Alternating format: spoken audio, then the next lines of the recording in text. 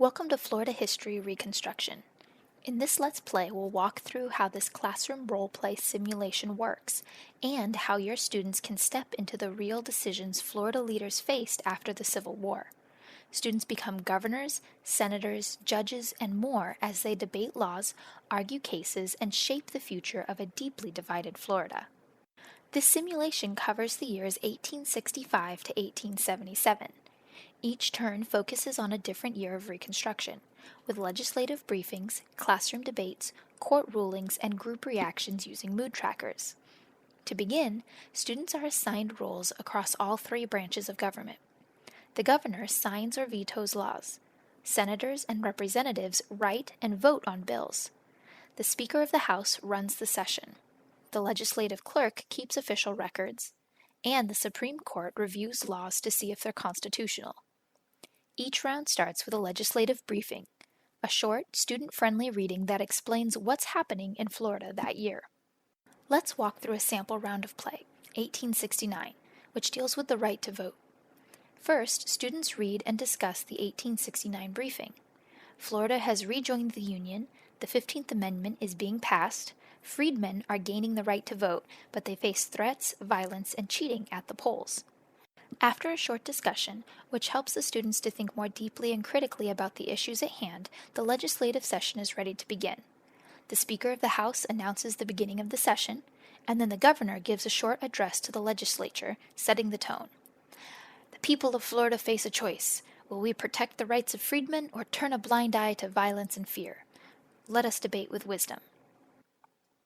And with that, senators and representatives begin to propose bills. For example, one senator proposes the Voting Protection Act of 1869. This bill says that all freedmen have the right to vote and that violence at polling places will be punished with jail time.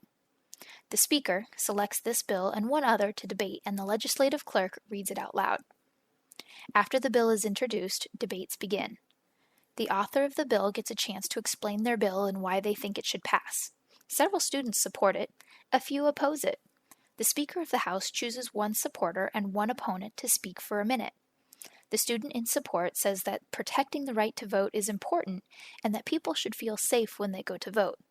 The opponent agrees that people should feel safe, but having police at the polling places might scare some people and keep them from voting.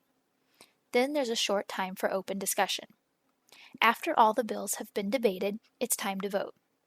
The Speaker calls for a vote for each bill individually. All in favor, say aye. All opposed, say nay. The clerk records the vote. In this case, the bill passes. The governor and lieutenant governor discuss the bill. They like it, so the governor signs it into law. Mood trackers are then updated.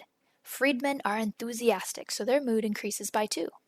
Southern Democrats are unhappy with this turn of events, so their mood drops by 2.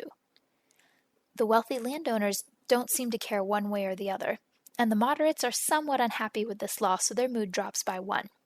If a group hits 1 to 2 or 9 to 10, a historical event is triggered that affects the actions that students can take.